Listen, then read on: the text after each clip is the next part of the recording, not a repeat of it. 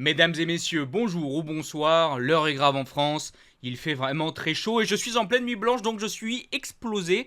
J'espère que ça va pas trop impacter cette vidéo. Bref, on se retrouve bien sûr pour parler de l'actualité du MotoGP, mais aussi de ce week-end sur le circuit de Brno pour la catégorie Rennes. Beaucoup d'actualités, on va aussi revenir un petit peu sur les tests qu'il y a en ce moment lors de cette journée du lundi. Donc bref, j'espère que ça va vous plaire, pensez à booster, à lâcher le petit like, ça permet de soutenir. On est parti. Et pour commencer, je vous montre les deux vainqueurs du concours que j'ai organisé il y a quelques jours. Un grand bravo à Kyle Mobilia qui a donc gagné le blouson et un grand bravo à Émeric Delon qui a gagné le kit nettoyage. Un grand merci à vous tous d'avoir donc participé à ce concours. Pour les deux gagnants, je vous invite à aller donc dans cette vidéo Une sombre histoire en Moto 3, quelque chose comme ça, là où j'ai organisé le concours. Et justement, normalement, j'ai fait un commentaire en dessous de votre commentaire pour vous demander votre adresse email pour pouvoir donc vous contacter.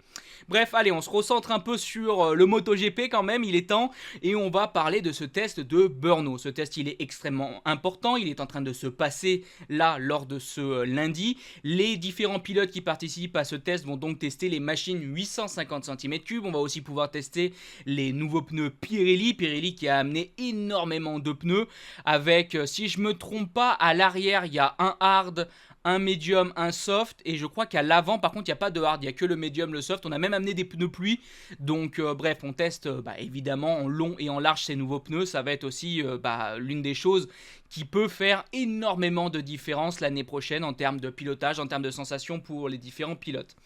Alors j'ai par contre une bien mauvaise nouvelle, c'est que la presse n'est pas conviée à ce test. Ce test il est fait globalement à huis clos, et donc pour pouvoir glaner des informations ça va être vraiment très compliqué. Alors on va peut-être espérer entre guillemets que certaines petites choses fuitent sur par exemple les pneus, sur les motos, voilà, avoir un peu 2-3 sons de cloche. Bon, pour l'instant ça va être compliqué, je vous le dis tout de suite, mais bon, on verra et on va attendre les jours à venir. Je vous montre aussi la liste des pilotes qui participent à ce test parce que je vous rappelle que beaucoup de pilotes vont donc changer de constructeur et donc assez logiquement ils n'étaient pas conviés à ce test. Alors il y a des petites exceptions comme KTM qui a fait donc rouler Pedro Acosta, ou encore Honda qui fait rouler Joan Mir et Luca Marini, alors que normalement, vu que c'est pas officiel, mais normalement ces trois pilotes devraient bien partir de leur constructeur actuel. Bon, voilà un peu ce qu'on a pu apprendre sur ces tests de Brno. On va maintenant parler un peu plus en long en large de la course et du week-end de Brno, avec aussi quelques actualités. Et on commence ce petit bout de débrief avec donc le podium.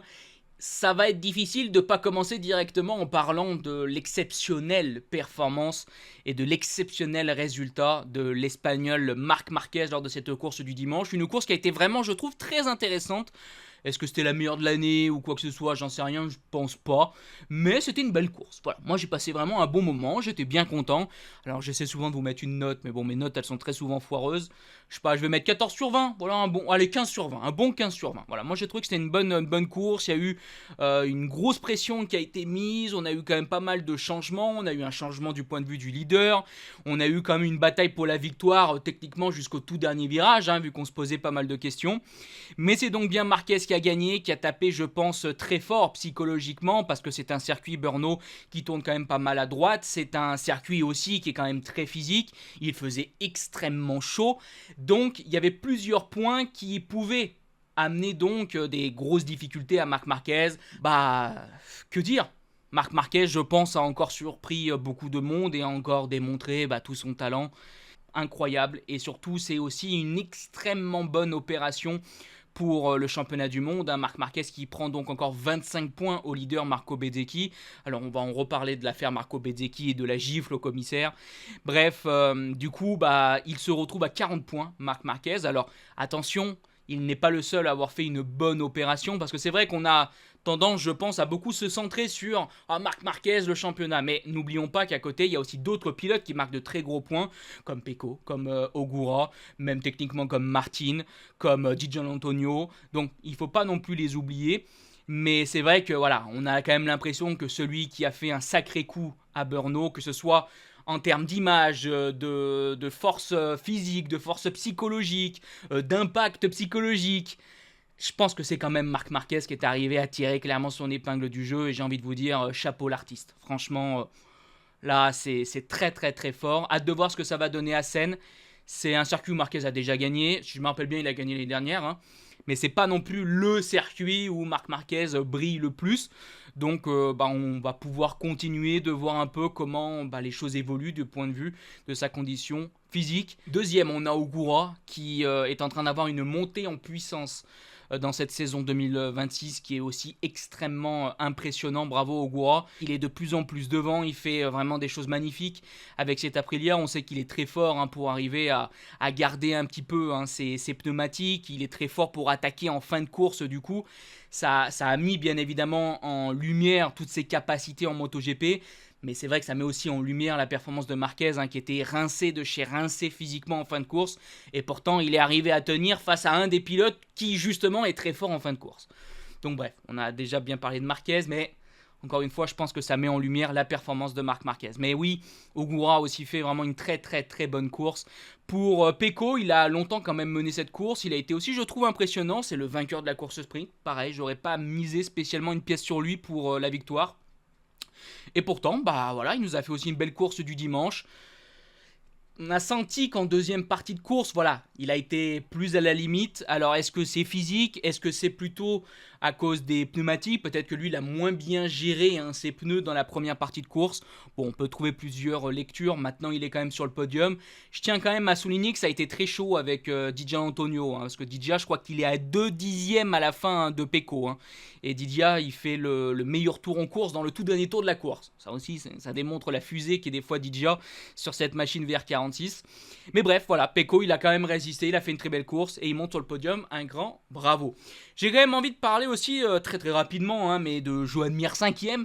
Joan Mir qui fait le pari de mettre le soft à l'arrière. Je pense qu'il n'y a pas grand monde qui a cru en ce pari. Surtout que Joan Mir, il est quand même plutôt coutumé du fait de faire des erreurs et de malheureusement chuter quand il attaque. Quand tu te dis que le soft avec autant de tours, donc 21 tours si je me rappelle bien, on pouvait quand même se poser beaucoup de questions sur l'état du pneu à la fin de la course et si Mir allait arriver à rester sur ses roues, oui. Et en plus de rester sur ses roues, il est allé chercher un magnifique top 5. Donc j'ai été bluffé de Mir et très content de pouvoir dire quelque chose de positif sur lui parce que c'est vrai que Joan Mir, ses résultats ils sont très très très très très compliqués et en dents de scie, donc là il marque quand même un gros coup et c'est je pense à souligner. Bon, on peut aussi parler quand même assez rapidement de Jorge Martin qui va chercher une 9ème place, qui prend quelques points à Marco Bezzecchi. Il a fait 2 long laps avec ce long lap où on coupe dans la partie verte là, en sortie de long lap. Moi je trouve que c'est une... excusez-moi, j'allais dire un mot vulgaire. Je trouve que c'est une ineptie, pour trouver un autre mot. Oui, d'accord, c'est la partie verte qui est plus dans le long lap, donc ça compte uniquement comme une sortie de piste et donc c'est pas, ça n'annule pas le long lap. Oui, d'accord, mais je trouve que c'est pas très logique. Mais bref, de toute façon, c'est qu'un détail, on s'en fiche. En tout cas, Jorge Martin a fait 2 très beaux long laps, il a bien roulé, bien bataillé. Et il va prendre quand même de bons points au championnat du monde. 7 points, c'est important pour se rapprocher de Bezzecchi. On va justement maintenant parler un peu de Marco Bezzecchi. Alors si vous avez vu ma précédente vidéo, vous êtes au courant que Bezzecchi nous a fait quand même un sacré craquage lors de sa chute, lors de la course sprint. Il s'est précipité vers sa machine, il s'est énervé auprès d'un commissaire, il l'a poussé un petit peu à la tête et puis ensuite il l'a giflé. Alors, on en sait un peu plus sur ce qui s'est passé. Apparemment, en fait, le commissaire, en voulant relever la moto, malheureusement, il l'a fait accélérer. Et c'est pour ça que Bezzecchi est retourné vers la moto pour la couper. Et il était donc énervé envers le commissaire. Parce que oui, ça peut abîmer le moteur. Et vous savez que c'est des choses qui sont extrêmement importantes en MotoGP. Donc, bon, encore une fois, bien sûr qu'on peut imaginer que Marco Bezzecchi a été tendu. Il y avait aussi énormément de déception par rapport à la chute. Peut-être qu'il y avait une raison logique qui soit aussi un peu énervé parce que c'est vrai que le commissaire malheureusement a fait une petite erreur. Maintenant, je suis désolé, ça n'excusera jamais le fait d'avoir un geste comme ça pour un professionnel. Marco Bezzecchi, il est au sein justement, il est dans un cadre professionnel. Tu ne gifles pas quelqu'un, tu ne gifles pas en plus un commissaire de piste. Je vous rappelle quand même que ces gens-là, souvent, ils sont là gratuitement, ils sont là pour l'amour du sport. C'était, je trouve, une bien moche image.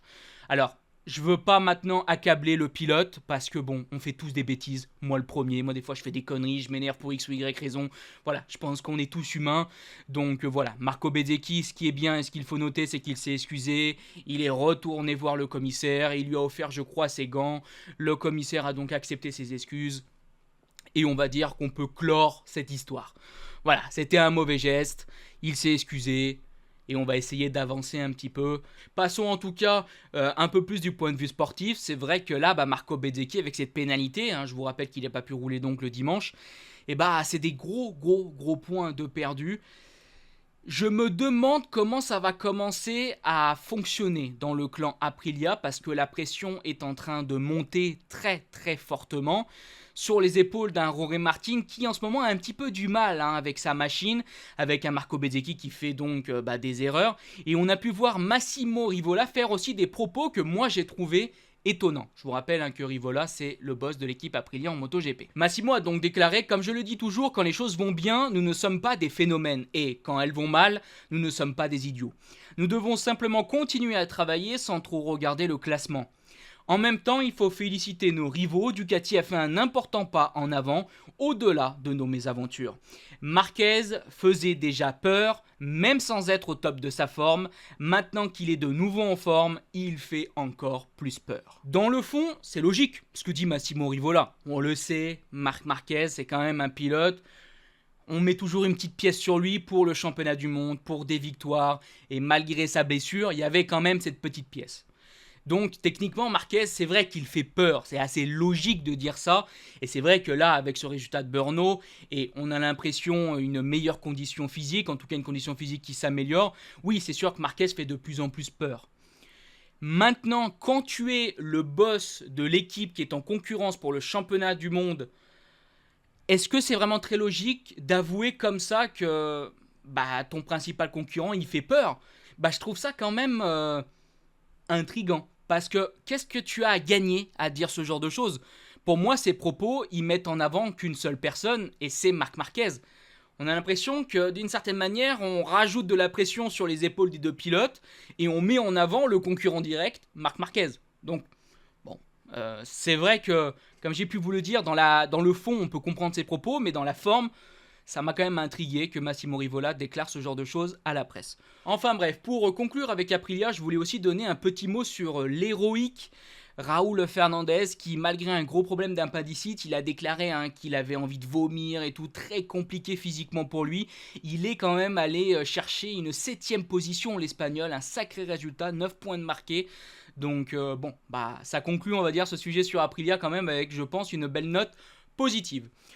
On termine par contre malheureusement cette vidéo par quelque chose de pas vraiment positif, même de clairement négatif. La situation actuellement de KTM, et il y a beaucoup de choses à dire et on va aussi s'appuyer sur les propos de Pedro Acosta. Et oui, on va donc revenir sur ces problèmes techniques chez KTM, chez les différents pilotes KTM, parce que oui, toutes les motos sont touchées. À Barcelone, tous les pilotes ont eu un problème, en Hongrie, il y a eu des problèmes, et là, une nouvelle fois, lors de cette course du dimanche de Brno, il y a eu un problème mécanique sur la machine de Pedro Acosta. Vous imaginez bien que l'Espagnol est très frustré, et je trouve que cette situation commence à être de plus en plus scandaleuse. Alors oui, bien évidemment qu'au sein d'un championnat, on peut avoir des problèmes techniques pour les différents constructeurs, ça arrive, c'est un sport mécanique, mais je trouve quand même que là, depuis maintenant de très nombreux week-ends, il y a énormément de problèmes de fiabilité sur ces motos, et s'il n'y avait pas de danger, on dirait, KTM perd des points et c'est comme ça, mais je pense quand même que ce qui s'est passé à Barcelone nous a montré que ces problèmes techniques pouvait être extrêmement dangereux et amener du coup derrière à un accident extrêmement grave. Et pourtant j'ai l'impression que on fait pas grand chose, qu'on laisse la situation pour l'instant se faire. Alors comme je vous l'ai dit, j'entends que c'est un sport mécanique, j'entends qu'il y a des fois des problèmes, mais quand ça devient aussi répété, que l'on sait que ça peut véritablement mettre aussi en danger les autres pilotes, qu'il y a eu déjà une action qui a mis en danger les autres pilotes, Et j'aimerais bien quand même qu'on commence à se poser peut-être des questions sur ce qui se passe et surtout comment régler ce souci. Parce que c'est quand même pas bien normal d'avoir autant de problèmes mécaniques sur ces machines. Je vais en tout cas maintenant vous montrer les propos de Pedro Acosta sur cette situation. Il a déclaré « Maintenant, je ne suis même plus déçu, je n'ai rien fait de mal car ce qui n'est pas entre mes mains, je ne peux rien y changer. » Il est temps maintenant que KTM apporte des réponses et tente d'analyser les raisons de ces problèmes de fiabilité car ils sont déjà nombreux. KTM devrait maintenant tout renvoyer à l'usine, essayer de comprendre ce qui se passe et apporter des réponses car c'est déjà arrivé plusieurs fois, pas exactement ce problème-ci mais des problèmes similaires. Alors excusez-moi, je veux pas faire le râleur de service mais c'est que maintenant, après tous les soucis qu'il y a eu, c'est que maintenant qu'on va commencer à envoyer les motos à l'usine et machin et faire des tests pour essayer de comprendre ce qui se passe. Bon, il est quand même peut-être temps, bon, je sais pas si c'est que moi qui est frustré et que ça agace entre guillemets de voir ce genre de choses. C'est compliqué encore une fois parce qu'il faut trouver le juste milieu. Les problèmes mécaniques ça arrive à tous les constructeurs mais je trouve qu'une situation où il y en a autant, où ça s'enchaîne de plus en plus, c'est quand même pas normal. Bref, je commence à tourner en rond, je pense que vous avez compris l'idée. N'hésitez pas en tout cas à me donner vous votre avis sur la question si vous pensez que ça arrive, c'est comme ça, ou que comme moi vous êtes quand même un petit peu agacé par cette situation qui dure et qui dure et qui dure. Bon, on aimerait quand même bien avoir enfin quand même quelque chose de réglé, même si malheureusement ça réduit, je sais pas moi, la performance de la machine. Mais bon, la fiabilité c'est quand même important pour les pilotes pour les marquer des points et pour pas avoir de soucis, mais aussi, comme on a pu déjà le dire, pour la sécurité de tout le reste du plateau. Bref, je tourne pas plus en rond là-dessus. En tout cas pour moi on est donc arrivé à la fin de cette vidéo, j'espère qu'elle vous a plu. On se donne donc rendez-vous dans quelques jours, je vous dis bye bye les potes, ciao.